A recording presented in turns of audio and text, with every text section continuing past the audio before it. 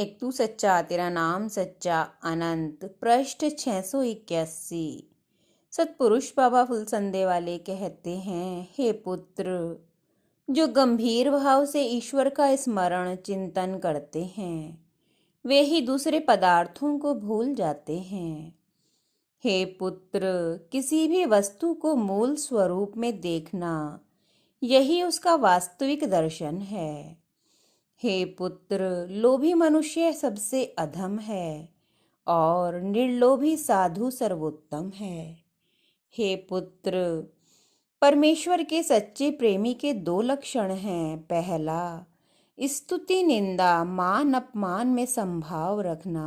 दूसरा, धर्म के पालन और अनुष्ठान में कोई भी लौकिक कामना न रखना। विश्वास के तीन लक्षण हैं। पहला, तमाम पदार्थों में ईश्वर को देखना। दूसरा, समस्त कार्य ईश्वर की ओर दृष्टि रखकर ही करना। तीसरा, प्रत्येक अवस्था में ईश्वर से सहायता की याचना करना। ईश्वर के प्रति विश्वास के तीन चिन्ह हैं। पहला, जीवित दशा में विषयासक्त लोगों को अत्यंत विरोधी विपरीत मार्ग पर चलने वाले मानकर उनसे दूर रहना।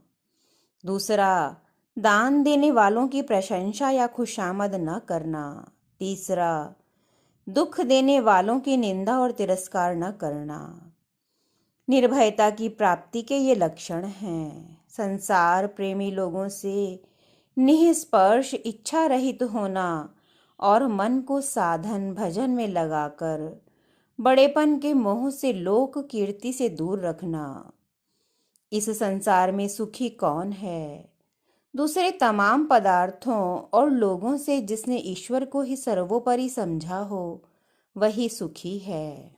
तुम जो धन धाम आदि प्राप्त करने के लिए दौड़ धूप करते हो, इसके बदले जिस ईश्वर ने स्वयं तुम्हारे प्रत्येक आवश्यक कार्य को पूरा करने, तुम्हारा योगक्षेम वहन करने का भार ले रखा है, उस पर श्रद्धा और निर्भरता प्राप्त करने के लिए प्रयत्न करो।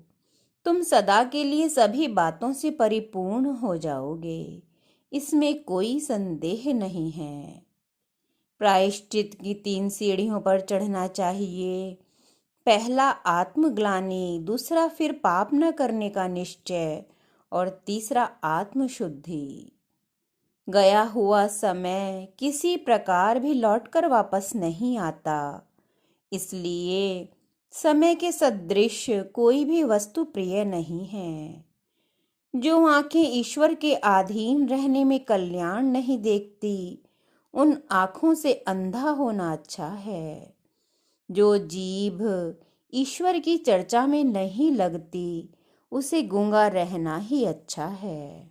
जो कान सत्य को नहीं सुन सकते, उनसे बहरा रहना ही अच्छा है।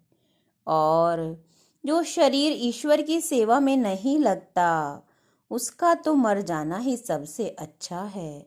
एक तू सच्चा तेरा नाम सच्चा।